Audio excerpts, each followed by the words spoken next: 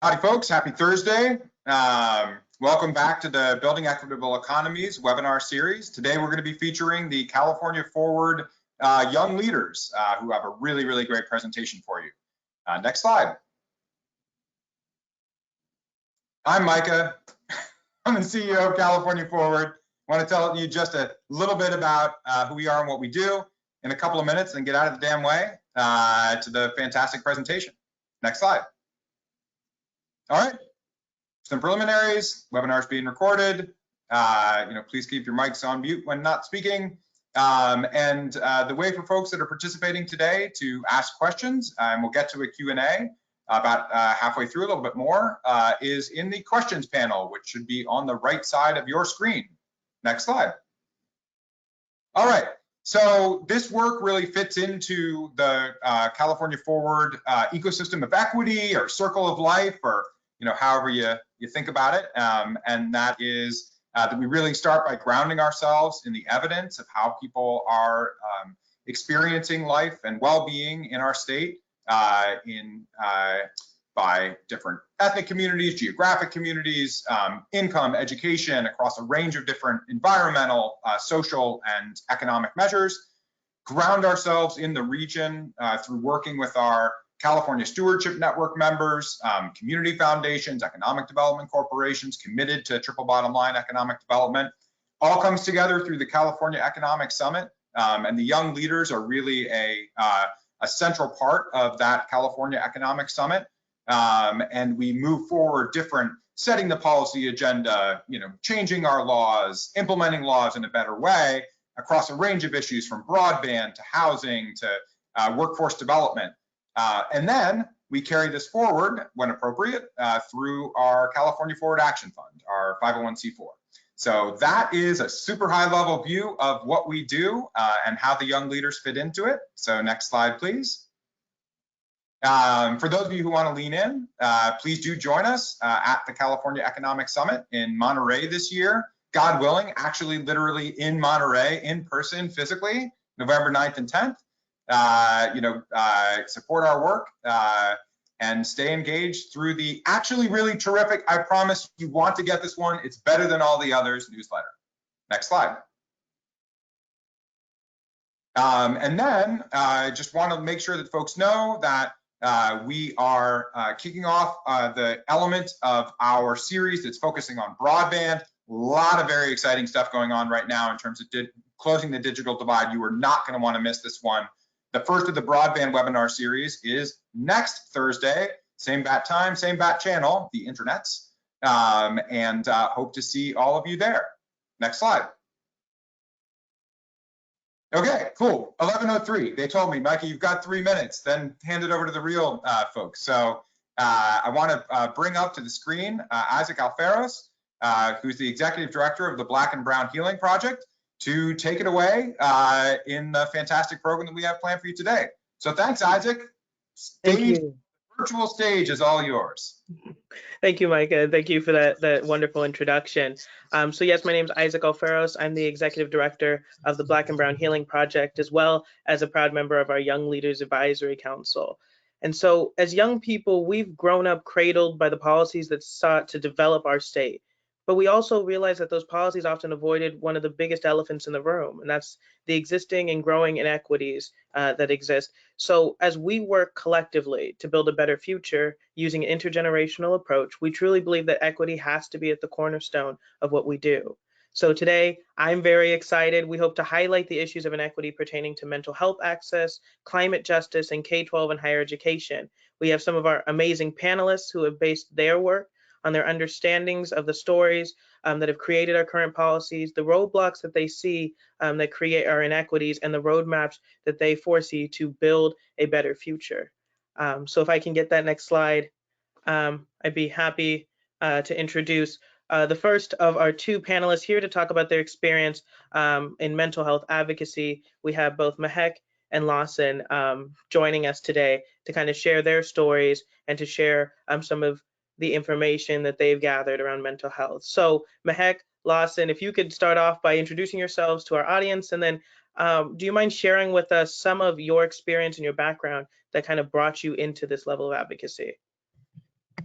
Absolutely. Hi, everyone. Happy Thursday. I'm happy to be here. My name is Lawson Hardrick III. I attend SDSU, San Diego State University, through its Imperial Valley campus. The reason why I became involved with equity and mental health in particular is because of the countless conversations with other students as they were trying to pursue these types of services, then also just acknowledging with them that we actually didn't have those services available to us on campus. And also having conversations with students in San Diego who didn't know that they had another campus, a county away, that was deprived of these services. So that is actually what really made me want to passionately advocate on behalf of that for students. And so I'm also a proud member of YLAC, and I'll pass it along to Mehek.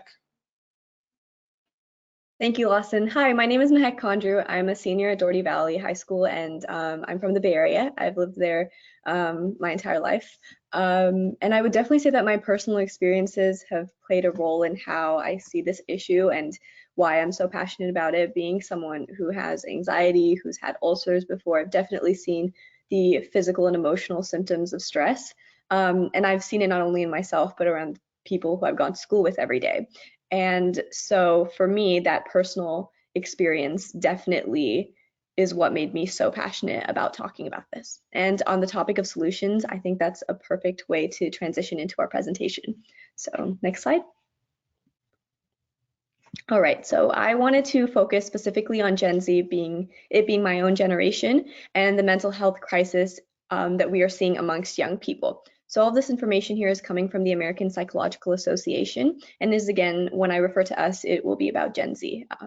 So according to the APA, 9 out of 10 of us reported experiencing the symptoms associated with stress.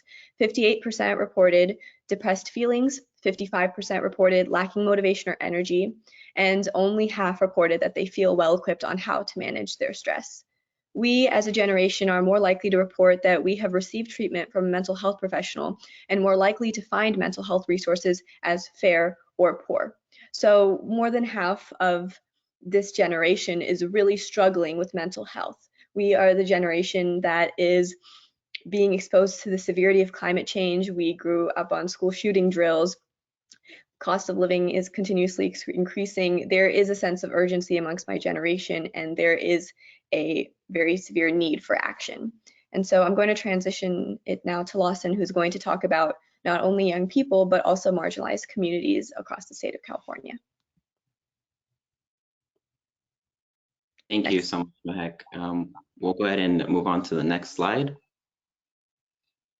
So like Mehek mentioned, Imperial Valley actually provides a really important lens as to why more of California's communities, especially why the rural ones, need to be able to benefit from increased mental health access. Like I mentioned, I attend SDSU Imperial Valley's only public four-year university, and we've seen data from the Census Bureau's most recent American Community Survey that the county still resides in an unfortunate area that is designated as an area of poverty because the poverty rate exceeds 20%. And in some years, it's really interesting to note that that county, Imperial County, really exceeds in terms of poverty. It's #1 out of all the other counties in California. But most importantly, as we were talking about Generation Z and students, I wanted to share with you about the demographics of the students at my campus. And it's 70% women, 81% first generation, 91% Latinx and Hispanic identifying students. A large majority of them, as you can see, 68% do receive federal Pell Grant funding, and 92% are underrepresented minorities. At a campus where we have 0 on-site mental health counselors. So that is just huge. And we wanted to go ahead and move to the next slide, which is basically to explain some takeaways with Mehek. Thank you. So the purpose of Lawson talking about Imperial Valley is not to signal it out as an outlier or one particular scenario in the state. Imperial Valley is one of many communities in California that lack proper mental health resources. And as the pandemic continues on and as the years go by, if we do not address this crisis, it will only grow. And so to talk about how we can address it, we can move on to the next slide, which is about solutions. Thank you. So we wanted to really try to put our best foot forward into these solutions, especially because of how it seems Mehek and I have a lot of lived experiences with this. And some of the best ways that we really wanted to put this forward is that resources really have to be accessible. Many of the conversations with us, with other fellow students, were about accessibility, and that was a really huge issue, especially somewhere where it's just not built into the system as well.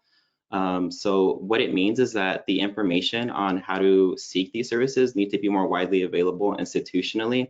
And one of the great ways that we have been able to accomplish that, and that other regions have been able to do it successfully, is by establishing affinity groups, that are established to increase awareness wide here.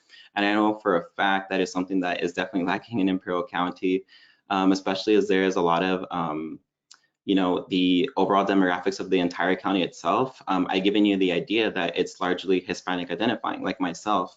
And what that means too is that we're a part of a trans-border community. So there is a lot of embedded emotional attitudes that are not really positive of supporting of receiving mental health services. So on top of this, there's other additional barriers that we've identified. And according to the American Community Survey as well, the latest one from the US Census Bureau, it says that almost 80% of all residents speak another language other than English. And we're a trans-border community, right? And that community is bordered to Mexico, which means that that language that others are speaking here is Spanish. And so a lot of the services that are given in English are not able to be accessible to those who speak Spanish only. And it's a lot of people here. We have, a very wide awareness here in Imperial County that the lingua franca isn't English, it's actually Spanish, because everywhere you go, you'll see marketing materials or, signs outside of stores, for example. Everything is really in Spanish. And it seems like it's more of a priority than it would be to be in English. So another recommendation that we have is, on top of addressing the language barrier, is that the process to receiving this type of aid should not be a barrier as well. And we noted this with one other service example that the government tries to provide, which is CalFresh. And CalFresh has a notoriously low adoption rate with people, and people are just put off because of the intense amount of steps and throughout the entire process. So Mehek and I were looking at a very great quote from Michelle Obama that really framed the discussion for the rest of our WILAC members, as well as what we're talking about today. And what Michelle Obama was mentioning, she says, things are different, so we can't keep operating like everything is the same. And that's what many of us have done. And I think it's up to us to change the conversation. So I'll go ahead and pass it over to the next slide with Mehek. All right, thank you, Lawson. And I agree, California is a diverse state, and so all of our solutions should reflect that diversity. And on that topic, we wanted to end with this final slide with information from the California Dream Index. So these are several different regions in California, Imperial Valley being Lawson's home, Bay Area being mine. And this data shows, it gives you a picture of what the reality is in these areas. The access to clean drinking water, the access to proper air quality, early childhood education, who's going to college, all of these different factors that influence the reality for people living in the area. While we did talk about solutions that are specific to addressing mental health, mental wellness can only be achieved if we also address all of these other things. And so as we move forward with the other presentations today, I hope that everyone is able to see how connected they all are. Great, and I think that wraps us up. Thank you so much for listening to us, and I'm going to hand it back to Isaac. Yes, thank you, both Lawson and Mehek. I really appreciate how you very clearly outlined what you see the problem being. And, I'm taking notes here and listening specifically about the inaccessibility of even some of the solutions we proposed that we currently have, and how the accessibility of that makes the biggest difference on combating the inequity, but thank you so much for sharing. So if I can get the next slide, I think from that same thought process, when we're talking about inequities and implementing solutions, something that becomes very clear, or a place that becomes very present, is in our environmental justice movement. So here to talk about that is our amazing panelists, Radha, Eleanor, and Simran, from their own experiences. And I know I'm personally excited to hear from you all about it. So if we could start off, if you all could kind of explain your background and really how that background has brought you into the environmental advocacy space.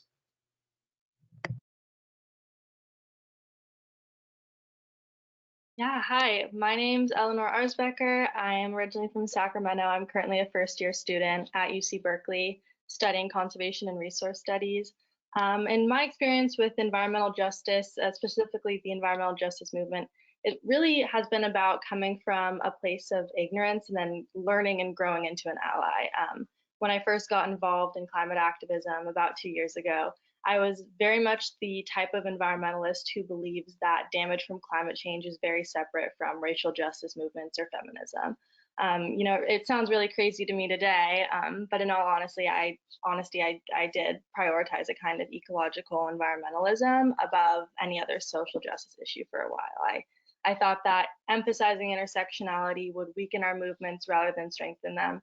But I really was so fortunate to be grounded by the community organizers around me and come to understand that not only are all of our current social issues like very inherently intertwined and they can't be separated, but that really gives us strength and power to our movements. You really can't talk about mitigating climate change without recognizing the importance of women's education. And you definitely can't discuss the impact of environmental degradation without acknowledging how low-income communities and communities of color are disproportionately affected. I think that my journey of growing from a place of ignorance has really shown me the vulnerability that so many of our systems have when we come from certain backgrounds into spaces of power and into spaces of influence. Our lack of knowledge can lead to really tangible effects for other people. So taking steps to learn and center marginalized communities in policy conversations will really allow us to adequately address all of our problems and also safeguard our decisions from causing adverse effects down the line.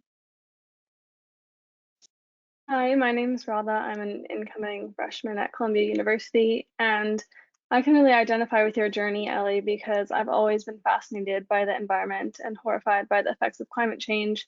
But it wasn't until much later that I realized how changes in the environment impact people and disproportionately low-income communities and communities of color. I was always passionate about stopping the destruction of the environment and concerned about the well-being of endangered species. But I was oblivious to the toll that the toxic environmental practices take on these low-income communities and communities of color.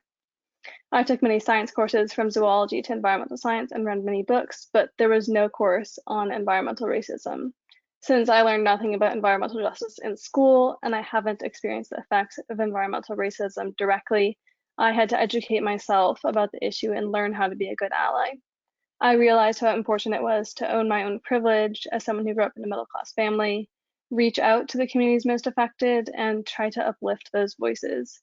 And by practicing these steps, I can support those with personal experience, expertise, and creative ideas to try to help find those sustainable solutions that are very inclusive and accessible to everyone. Because when you think about it, we really need to bring everyone along to create a truly healthy planet. Hi, I'm Simran. I'm a sophomore at SDSU. I'm actually studying political science and business. So my environmental journey was really 0 to 100. I started activism as a junior in high school when the gun control movement and walkouts were happening. And I was definitely thrown into activist spaces right away. And people started asking me what my main issue was. And they were asking what I wanted to focus my activism on, and I could never just pinpoint one, because with all the injustices happening around the world, it's really hard to deem one thing to be the most important. But towards the end of my senior year of high school, I attended a climate march and heard from a bunch of climate leaders and came to the realization that environmental activism isn't just about keeping wildlife and forests alive, it's also about people. And so from there, I decided if I was going to dedicate my time to an issue, it was going to be one that encompasses many other issues like environmental justice movement. So my freshman year of college, I joined my campus's lead sustainability organization, Green Love. And right off the bat, I was actually one of 2 or 3 people of color. And I thought the only thing I really have in common with people here is that I'm vegan. And so that was a roadblock for me. But fortunately, the leader of the organization was really welcoming and remembered my name and made me feel welcome enough to come back and take on more responsibility. So fast forward 1 year later, I'm leading the organization and I want to make sure that nobody feels the way they did coming in. I want to make sure they feel welcomed. And instead of putting environmental justice in one of many boxes in environmentalism, we've kind of worked to make it the background of all of our discussions, and making sure that we take into account Indigenous and POC voices in all of our actions and goals is so important to me now. All right, awesome. It's really interesting to hear how you each kind of came to your own understanding of where you're at currently in your environmental advocacy. So if you could then share from your own experience and your own knowledge, what are some of the current roadblocks that you see that lead to the creation of our current inequities? Thanks, Isaac. I'd be happy to take that. If we could go to the next slide, please. So as we consider roadblocks to environmental justice, it's really important to see the intersection between the science and human sides of environmental issues. The effects of climate change are intensifying, as we all know, and low-income communities and communities of color bear the brunt of that damage. They are effectively on the front lines of environmental degradation. One prominent example specific to California are the wildfires, which continue to worsen and worsen with each passing year. And along with the fires and the destruction that comes with it, the sheer volume of smoke that clogs the skies decreases the air quality to unsafe levels. And as that smoke seeps into the surrounding areas like agricultural fields, migrant workers in the fields are exposed to toxic air pollutants over prolonged periods of time. And then in addition to damage from natural weather events, frontline communities are exposed to more man-made environmental toxins than whiter, wealthier communities. According to a California Health Report on pollution, Latinx and Black Californians breathe in 40% more pollution from transportation than white Californians. And not only are people of color more affected, your income also determines your level of exposure. That same report tells us that people whose household incomes are less than $20,000 a year and those who do not own personal vehicles breathe in 20% more pollution. Sadly, our current systems perpetuate the deterioration of the environment, and they do very little to support the communities that are most harmed. Families are left without access to clean water or healthy food, and that endangers their health. And then if someone is unable to go to school or to perform well at their job because their environment has affected their health, then this negligence also endangers their future. Yeah, if we could go to the next slide, please. So as Radha pointed out, the effects of environmental degradation and climate change disproportionately impact communities of color and low-income communities in a way that's incredibly damaging. I think it's also really important to acknowledge that a lot of proposed solutions to the climate crisis are not accessible to everyone in the same way.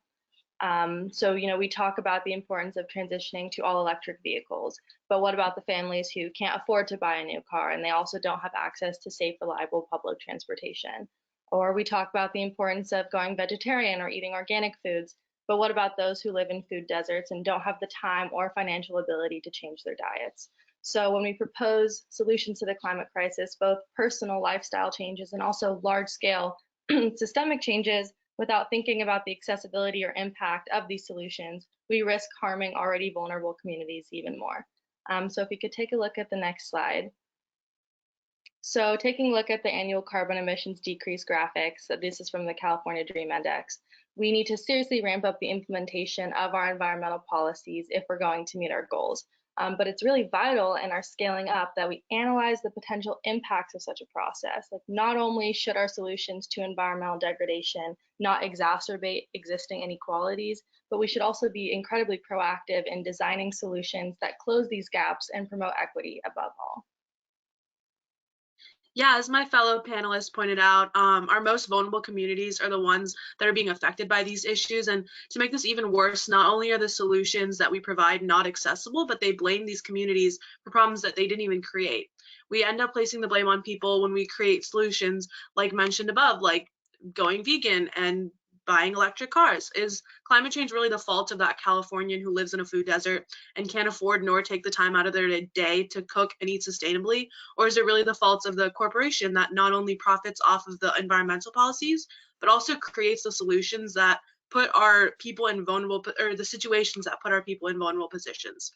Things like carbon footprints create a narrative that if everyone rides their bikes to work, no one would feel the effects of climate change, and that's simply not true. Shouldn't the blame be on these transportation companies that profit off of unsustainable products rather than everyday people who are just trying to get by?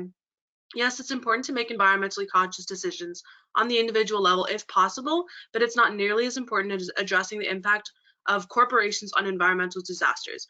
When we draft policy, we have to remember that this balance between responsibility is so skewed, and we don't want to end up blaming people for their own community's destruction. Thank you so much for sharing that. I think that really helped. I know for me personally, better my own understanding of what the issue looks like. But I think the natural next question then is just based off this information that you shared, what are some of the possible solutions that you think stakeholders across the state should take into consideration to help build a roadmap that is more equitable for more Californians?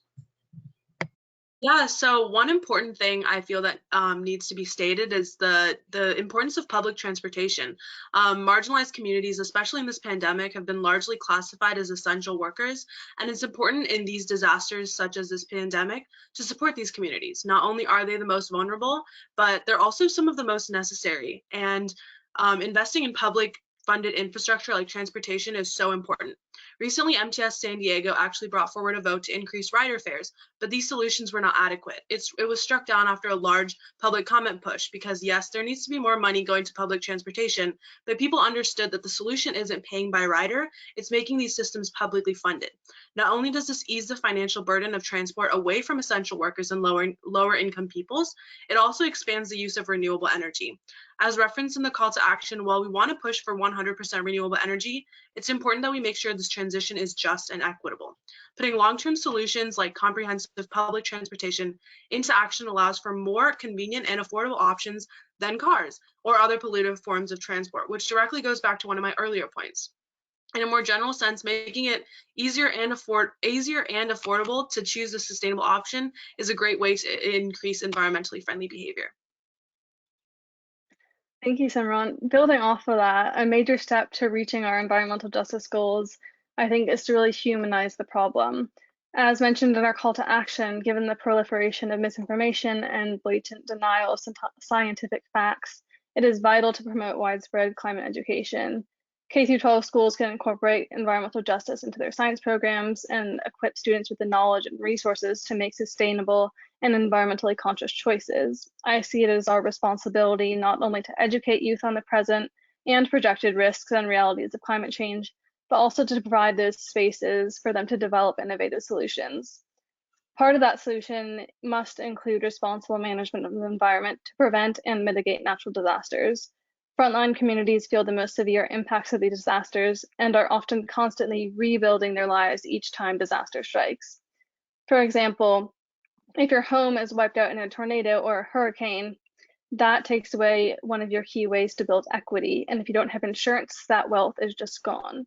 The more we can avoid extreme weather events, the more people can focus on their education, their professional development, and moving forward with their lives. An equitable future, in my opinion, is one in which frontline communities share in the profits of society's progress. Yeah, if we could go to the next slide, please. I really think the most important recommendation that I can give to address all of the issues that we spoke on today is to really emphasize the importance of proper representation. Just becoming educated ourselves is not enough. Developing solutions on behalf of marginalized communities is not enough, and it's also harmful. What we truly need is to create meaningful spaces for low-income communities and communities of color in our policymaking process. What we need is to develop channels between frontline communities and political offices to ensure that community interests and needs are heard and addressed. If we work to create more seats at the table for members of underprivileged communities, that will help ensure that the issues discussed and policies created are made with these communities rather than on their behalf. So as our call to action points out, building strong and diverse coalitions is really needed in order to address climate change properly. With this said, I think it's also really vital to highlight equity and intersectionality in our policy development. We need to be making sure we are mending historic divides and uplifting frontline communities rather than exacerbating injustices when we're addressing this issue. Throughout my activism journey, I've learned that the climate crisis, it's not just about plants and animals and ecological preservation. At the root of this crisis are people, and our policies really need to be aligned with the goal of creating more equitable, sustainable, safe, and healthy communities for everyone, not just a handful of people. So thank you so much. We look forward to the next presentation. Yes, thank you all so much. I mean, I really appreciate learning from you and the information that you were able to provide. And it seems pretty clear to me that in order to build sustainable solutions, we need to shift our center to be more on the communities most impacted, especially our communities of color and our low-income communities. And so I know that's a huge takeaway I got, but thank you so much for sharing. If I can get the next slide, I think that same thought process follows as we come to an issue that I think is more plainly obvious to see how young people interact with, and that's our educational equity goals. And so here to speak from their own expertise on educational equity, we have Michael, Maxwell, and Ashley here. And so for the three of you, if you don't mind kind of introducing yourselves, sharing with us your experience that brought you to the table of the advocacy for educational equity, the roadblocks that you foresee in our current policies, and the roadmap that you're hoping to build with a more equitable design. That I'd love to hear it. Fantastic. Thank you so much, Isaac, and good morning, everyone. Thank you for that wonderful transition. And yes, we are very passionate about educational equity within the state of California, and we're going to highlight the various facets in which equity can be brought forth to the education system. But first and foremost, my name is Maxwell Johnson. I'm originally from Sacramento, California. Currently, I'm a fourth-year political science and communications student at San Diego State University. And I'm passionate about education advocacy and creating equitable economic solutions for California. And good morning, everyone. My name is Ashley Anderson. I am a first year at UCLA studying African American Studies with an emphasis in public policy, and my main focus areas are education equity and college access. Good morning, everyone. My name is Michael Wiafe. I'm a first-year master's student at the UC Berkeley Goldman School of Public Policy, getting my master's in public policy. I grew up in the Inland Empire and was born abroad, and I focus on higher educational, racial, and digital equity in my work. Max? Fantastic. Well, that's who we are. And so today what we want to talk to you a little bit about is the overall equity gaps that are within the education system. And if we can go to the next slide, please, we'll highlight some of those gaps and where we think we can address them. First and foremost, I'll be talking about the pre-K system of education and the ways in which early childhood development has such a drastic impact on your education experience later on in life. Being someone that had the privilege of being able to attend preschool early on, I may not remember more than learning my alphabet and playing with some blocks, but the creativity and the challenges that were placed to me in the preschool system allowed me and pushed me forth to go and pursue my academics. And gave me this sense of confidence in wanting to continue to grow and learn, and ended up having a larger impact on my experience later down the road. But that's not the same experience that every student that gets to have in the state of California, especially not at the early ages of 3 and 4 years old. The awareness of preschool benefits are not made publicly aware to a lot of different communities throughout the state of California. The Public Policy Institute of California, I'll be citing a lot today, but they've done a various amount of studies on the preschool system, and they highlighted that preschool helps students prepare for later on school readiness into the real the grade system, contributes to higher graduation rates in high school, and also in wage earnings later down the road post your education. So really, preschool kind of sets the tone for how you're going to be able to access and utilize your education throughout your life. Additionally, the affordability and accessibility of preschool is one of the most undertapped resources in the public preschool system in California. In another PPI study, of the little over 1 million preschool eligible age children in California, only 26% are attending public California preschools. And that needs to change with the accessibility and affordability we want to push for, especially with a majority of the parents working while their children are looking to attend these preschool sessions. And finally, the behavioral perceptions. Racial equities and racial gaps begin to divide right here at the preschool era. And so we want to be able to make sure we can address that early on. And I'll send it over to Ashley to talk about how that transfers over into the K-12 system. Thank you, Max. So the reason I got into advocacy is based on where and how I grew up. I spent my K-8 life in South Central LA at under-resourced schools in low-income neighborhoods. While there, I faced many challenges from not having enough textbooks for each student to dealing with home life struggles. And in the middle of my 8th grade year, I was moved to charter oak schools in Covina, which, let me be clear, is only 30 minutes away from LA. So when I moved there, the experience was completely different. And I noticed that once at my new schools, every student had 2 sets of textbooks, one for at home and one for at school. And like I said, I didn't even have enough textbooks for each student. So that was a clear difference. And then on top of that, they were farther ahead than my last school curriculum-wise, and accessible curriculum and things like that. Those things I noticed that was a lack in the schools that I was going to and where I came from. And honestly, that made me feel like I didn't belong. And I know the earlier groups were talking about mental health and those issues, and that also has an impact on our mental health as well.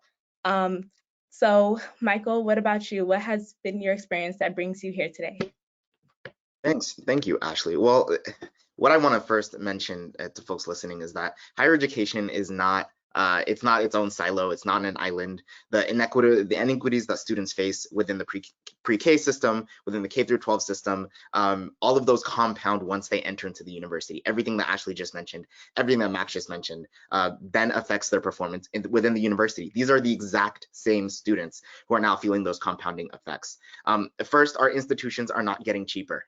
They've gotten actually more exponentially expensive within the past few years, creating more barriers for low-income communities. As we know, one of the greatest ways to achieve socioeconomic upward mobility is through higher education. It's one of the only ways to just about guarantee a good paying job, as well as other benefits that can help break the cycle of poverty. Unfortunately, not all students that start higher education are able to finish. This is due to a variety of factors that disproportionately affect students of color, low-income students, and first-generation students. We call these equity gaps, and they're more likely not to make it to the finish line or to have inequitable outcomes. This could be based on affordability, lack of resources, campus climate, and many other factors such as diversity. I got my degree in political science and just graduated last May, now in my master's program, and this is the first time I've had a professor who looked like me within my field. I went through 5 years of higher education, never sat in a classroom within my major field or professional degree field where I had a professor that looked like me.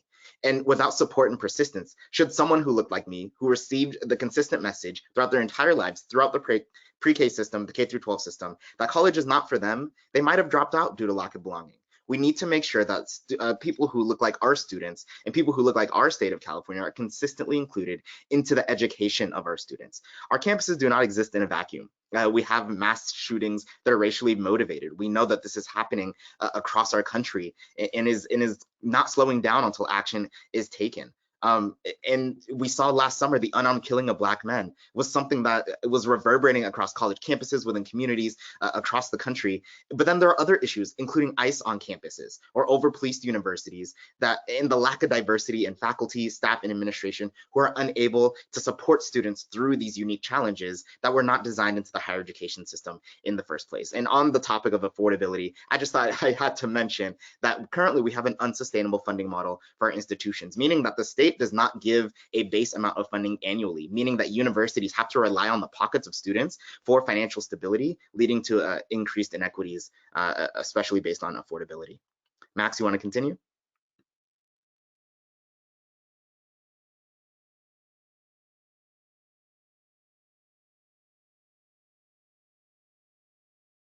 Can we go to the next slide? It looks like we're having connectivity challenges. We'll give it a second.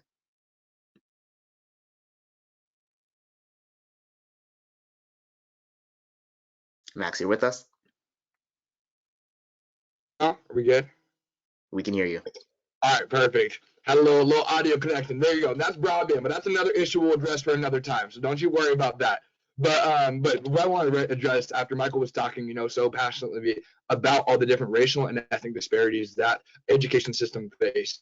Like I said, they start at the preschool level. And so children of color are less likely to be enrolled in pre-K at 42% than their white counterparts. And this is another PPIC statistic.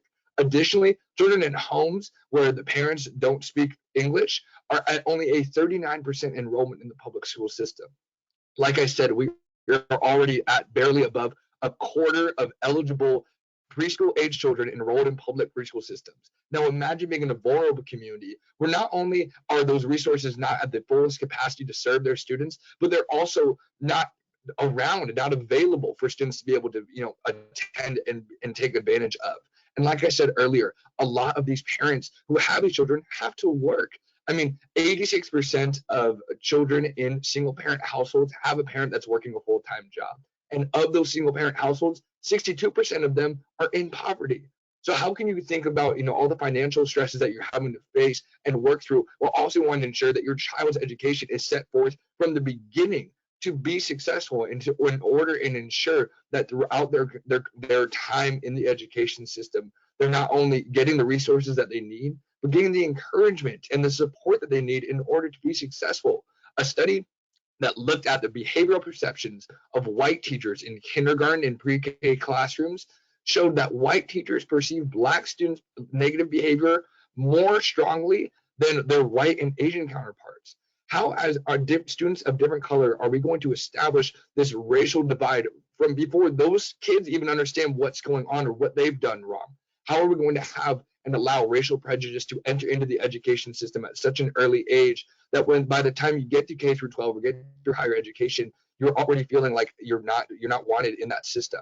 So that's what needs to change from the very get-go in preschool. And when Ashley will talk a little bit more about how those ethnic disparities continue on into K through 12. Thank you, Max. And can we get the next slide, please? So firstly, California high school graduation requirements. Some may or may not know that California high school requirements don't align with A through G curriculum. According to the California Department of Education, the major core classes, English, math, and language required for graduation and for UCs and Cal States differ between a year.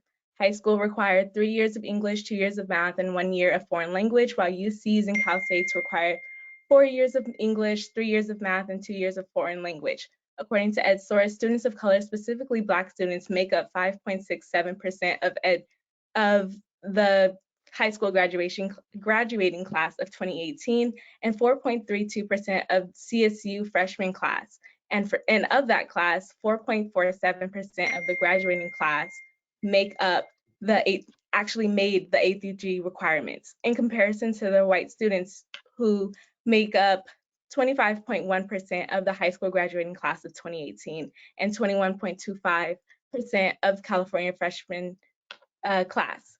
And of that class, only 29% made the A through G requirements.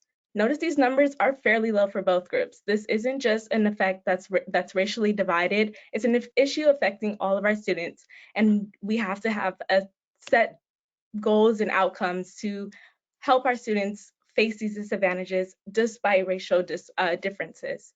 Michael, what does this translate to in higher ed spaces? Absolutely. I'm glad you asked, Ashley. Next slide, please. So as Ashley just outlined, there's inequities within graduation rates, people achieving college readiness as deemed by our education system. And when it comes to higher education, first off, Californians with an associate's degree, there's differences by race. As you can see in the graph, Black and Brown students are less likely, and Black and Brown people are less likely to have higher education access, which again has implications for their income. But there are wide enrollment gaps. Based on EdSource, they tell us that at the University of California, there's a double-digit difference between high school graduates and those enrolled within their freshman class. 52% graduate high school, 29% are enrolled in the UC system. And then there's even more of that when you look at other races. And so when we have this conversation about what is that impact looking like, how are we facing this, and how can we change this, we need to look at the data first. Next slide, please. So when we're planning for the future and thinking about ways in which we can address this, I'm going to bring up something that has been contentious in our state. It was on the ballot. We need to reinstate affirmative action in order to have racial equity. Again, from EdSource, Latinx high school graduates went from 82,000 in 1997 to more than 229,000 in 2019, however, have not made up equitable shares or that equal percentage change in college enrollment. Black student enrollment in the CSU and UC remains lower than their share of high school graduates in California, but the gap is greater, whereas in 1997, 8% of students in the CSU were Black, and now in 2019, it's 4%, half of what it used to be about 20 years ago. And at the same time, Black high school graduates have also increased. We see the same thing when it comes to Native and Indigenous students. In 1995, they were 1.23% of the freshman class, and now are 0.2% in 2018 in the freshman class, making very, very clear distinguishable differences by that policy alone. We need to cultivate campus communities. Currently, we don't have faculty, staff, and administration that reflect the diversity of the students and reflect the diversity of the state. Continuing the inequitable higher education system that has been created, and now we are trying very much so to change. And finally, we need to improve access, affordability, and resources. These are all needed in order to support a student from the moment they walk in to the end of completion, making sure that they don't graduate with tons of student debt, that they don't take on student debt without graduating, and that we're graduating students at equitable rates so that they can go off into the economy, have an educated workforce, and alleviate poverty. Ashley, can you tell us a little bit more about the K-12 system and what we can do? Yeah, for the K-12 system, we suggest adjusting graduation curriculum to align with A through G requirements. The issue with the current requirements for students is that if students aren't aware that they want or can even go to college within the first 2 years of high school, they're behind on requirements, which lead to students not applying or qualifying for four-year institutions. While four-year institutions aren't the only viable pathways to ensure success, we have to prepare students for whichever pathway they want to go into. Along those lines, the California curriculum isn't easily accessible for all communities. Many students, regardless of reasons, move around and attend multiple schools in a variety of districts. The impact that this has is that it puts students behind and causes a gap in learning because of the differences in education. Also, given the racial injustices in America we've seen for a while now, California school systems lack cultural competent curriculum. One main factor I've seen that has aided in our divide of our country is the lack of education about different cultures and their histories. Lastly, we should push for all students in high school to complete the FAFSA and create educating workshops on how to pay for college so that students aren't discouraged from applying because of college costs. Max, what do you envision for the future of pre-K to look like? Absolutely, and thank you for asking, Ashley, because as we said, really this educational equity begins early on into a child's development. And so instead of a K through 12 model, let's look at like a P through 14 model, a P through 12 model even, where we're making preschool a core aspect of a child's early education experience by incorporating and ensuring that this is a pipeline of the education system and not just, making a child someone else's problem as they go on throughout their education. We're really ensuring that we care about the child's development over the first 8 years of their life, which is one of the times when they are at their most malleable stages. And so by ensuring that they're a part of a system that truly cares about their success and their development and their growth throughout education, we can also ensure that by allowing a legislative mandate and incorporating this in California, that preschool is a requirement. It must be mandated that child is attending a preschool. And we're not going to ensure this, that it puts an unnecessary burden on low income and vulnerable communities, because by ensuring that we are providing accessible opportunities to preschool, that we're acknowledging the need for parents to work and provide for their families by addressing these greater issues that are outside of the classroom. Until we address those issues, we can't take care of the issues that are within the classroom. And so by rolling out these plans and ensuring that preschool is mandated in the state of California for students to attend, we can ensure the educational success of our youth for decades and decades to come. And with that, you've heard our talk about educational equity and the various aspects of the education system it implies against. Isaac, we'll turn it back over to you. Thank you all for being here this morning, and we wish you a wonderful rest of the day. Well, I really appreciate hearing from you all. I know you're basically speaking my language now as we talk about especially education policy. So if I can get the next slide, like to remind folks listening that there is the full ability to ask questions through our Q&A panel. I know our panel is really, really excited to be able to answer your questions, to continue to engage in this conversation. So we have a couple of questions, but I would like to clarify that our call to action provides a really good list of a lot of the recommendations that you're hearing today, as well as the thoughts of the panelists that you're listening from. So if you want more direct a resource to the recommendations that have been made today, I would highly suggest looking back at that call to action for reference. If I could get some of or all of our panelists, I will say, to join me back on here. We have a couple of general questions, and so in the best case of time, I want to make sure we can get as many questions answered as possible. Well, I'll try and keep it simple. So I have a couple of general questions. If maybe one person for every group could kind of jump in and share, that'd be great. I want to make sure we can get as many questions answered, as many different perspectives as possible.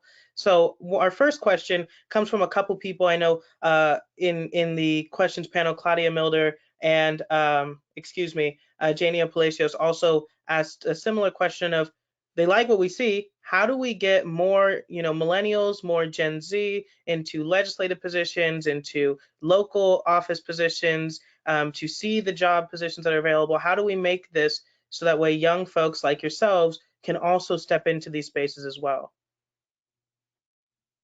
I can feel that from the environmental panel. I think outreach is a huge thing. When I was in high school looking to get involved in activism, I had no place to go. I was just totally on my own trying to figure it all out. I think if we let the info get out there, use social media, plug it in schools, there's plenty of places to plug that kind of information. Really, outreach, I think, in my opinion, is the best thing to do.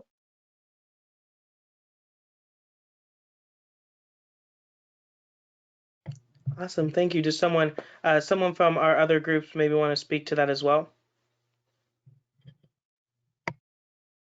I'd just like to agree with everything that was said. I'm a senior in high school, and I don't think I'm the only. I know for a fact I'm not the only high school student at my school who's interested in this, and so I just think getting it into schools, making sure young people see it, will then result in young people being involved. I'm so sorry. I've now interrupted people twice when it comes to hopping in, and so I think I've now figured this part out. What I wanted to say is tell them they can do it. I think our entire lives up until you're a senior in high school and you take government and you start to realize that this stuff is important. Like, nobody tries to include young people into the policy conversation. No one's telling the 14-year-old what's going on within the city government, why it's important to them. And most of us did not really realize that all of this is something that we could even get involved in yet, even be taken seriously until it was older on, and possibly for some of us might say too late, although there is no such thing as too late. We want to get young people involved early on, and that means including them in on the conversation. All right, awesome. Thank you. I guess going off of that, I know we had another question that's somewhat similar but a little bit different. That's more than just, job positions and roles that are available, but just in general, the movements that we make and the efforts that we're working towards on our policies. I know Joshua Ochoa asked a great question about how can young people get involved in efforts towards justice, and, specific from each of your policy lenses and points of view, how can we engage more young people in our broad effort towards justice?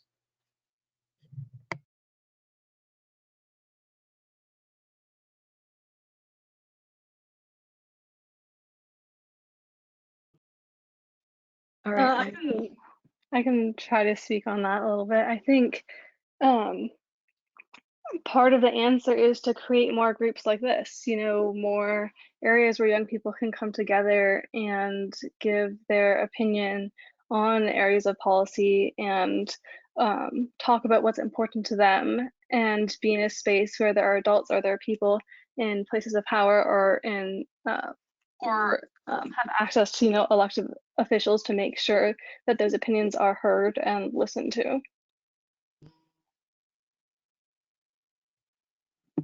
Additionally, I want to say, if I'm having my input asked for, I want my input to not just be asked for because it looks good, because I'm a part of this younger community, that I'm a part of like an incumbency campaign, or or for propaganda purposes, that it looks nice because I reached out to students. If I'm actually giving you my policy recommendations, my personal opinions and everything, I want to know and understand with the legislators I'm working with and everything, why action can or cannot be taken. I mean, we're growing up, we're becoming adults. We can handle, getting told no and things like that, but we don't want to be given the runaround for issues such as social justice, such as environmental justice, such as educational equity and inequality. Tell us where it is now, and we'll tell you our true and honest opinions and the perceptions that we're providing. How can you create legislation that affects the youth of today if you're not willing to get the opinions and the perceptions of us as well? So I think that, yes, incorporating more student voice into those opinions, but not just incorporating it, having those decisions be made on behalf of the students is also important. And just to add on to that, I know that Lawson talked about Imperial Valley and the community's needs and how they weren't being addressed and how the cultural differences weren't being acknowledged. And so one thing to just keep in mind is when you're reaching out to young people, make sure that it's a diverse group and that different opinions and perspectives are being taken in, different cultural factors are being taken in, because a lot of these issues, the experience that people have with them, whether it's mental health or education or climate change, it does vary based off of your cultural background, and there is a divide there. And so when reaching out to young people, it's important to acknowledge that and make sure that's being considered when you're taking opinions in. All right, thank you, awesome. So I want to be cognizant of our time, so I'm going to try and get one more question in before we turn it back over to Micah to kind of close out for us. So my question then is, you know, as young people, we can see, especially right now, that there are very different expectations of government that exist, you know, across generations. I think that's part of our conversation about how do we create intergenerational policies. So then what role do you believe a cultural change might play in enacting the policies that you all talked about before?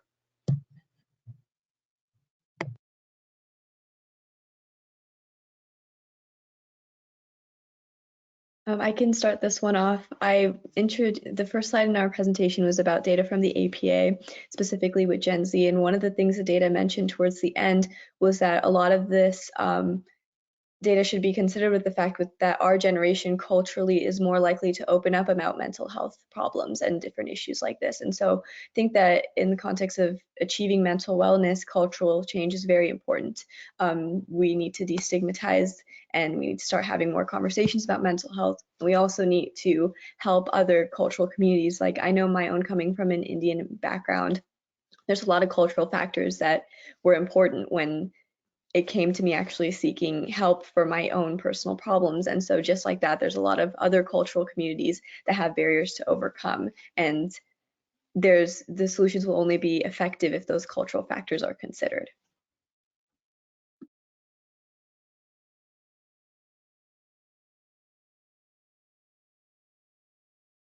All right, thank you. Is there anyone else who may want to jump in on the question?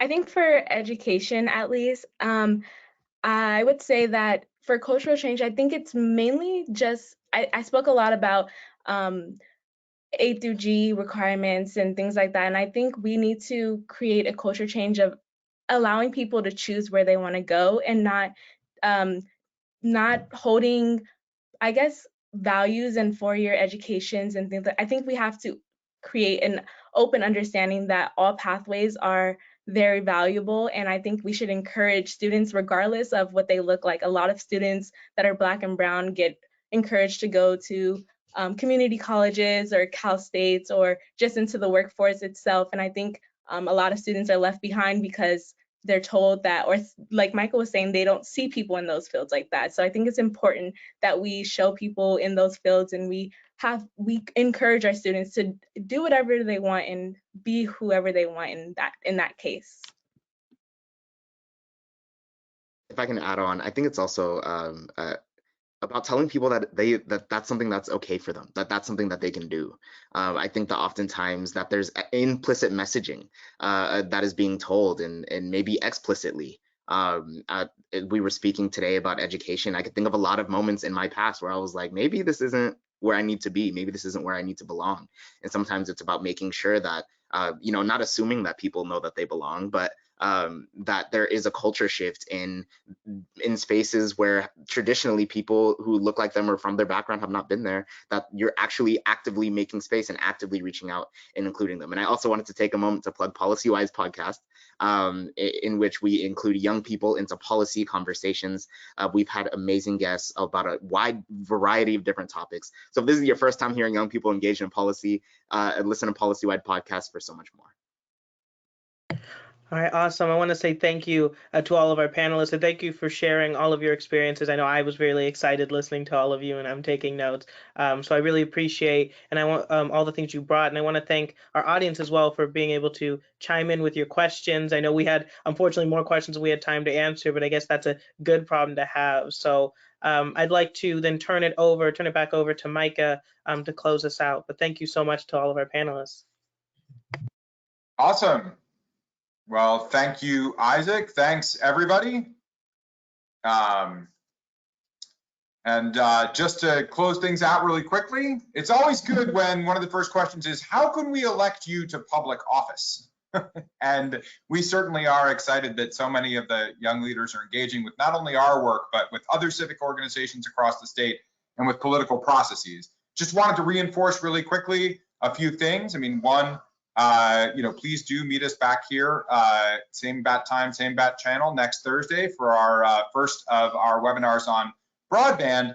But just to close things up with this amazing webinar, please do check out the call to action they put together. Please do check out the Policywise podcast that Michael just talked about. This is a real effort. It's a really substantive effort. And one of the things that I'm the most excited about is what they talked about, and this is a core value for California Forward, for our partners in the California Stewardship Network and in the California Economic Summit, balancing different priorities, not having blinders on about a particular perspective. So I'm really inspired by what some of our young leaders said about making sure that, for example, environmental activism is understanding of the impact that different environmental policies have on community of color, and we need to have a broader view of how we make our changes as a state that is inclusive of a broader range of lived experiences. So that was really, really wonderful to hear.